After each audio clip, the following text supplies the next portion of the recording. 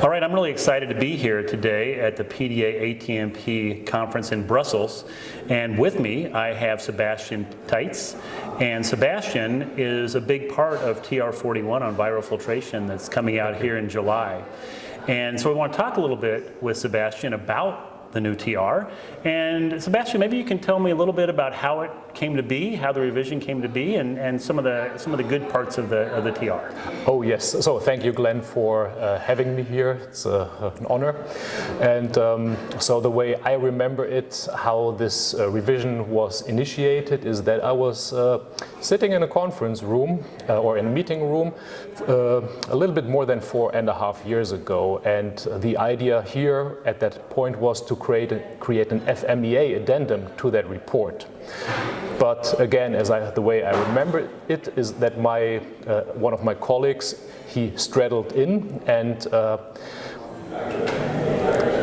got the whole idea off its feet, because his question was, how can we make an FMEA addendum to report that has content that is outdated and actually, as we knew at that time, actually scientifically wrong. And so the fun part of the story is that the room went silent,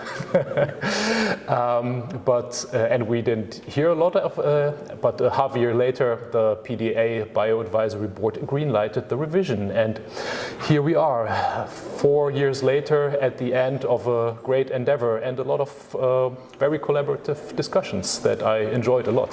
Great. You know, that's a great thing about TRs is, you know, they're challenging documents to write because they're peer-reviewed and they're reviewed by the boards and changes are required.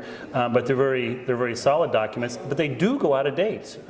Things change and life moves on. And so really excited. So Sebastian, this TR is getting ready to publish. Can you tell me about one of the main principles that has been installed in this new revision? Oh, my pleasure. So I had the privilege to present the update on the preceding virus conference before this ATMP conference here. And well, what's new? We have scientific updates, that was updated, of course, what triggered the revision initially.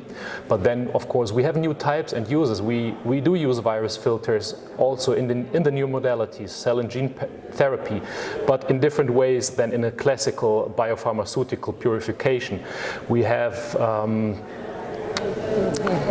We're shedding light on the use in continuous bioprocessing, and also we are adding some considerations around facility segregation. So there are a couple of new chapters and new content, and yeah, I'd be happy if you would all download it and have a look at it. Fantastic. So Sebastian, I really thank you for being here, talking to us a little bit about TR41, again out in July. So thank you so much for your time. Thank you, Glenn.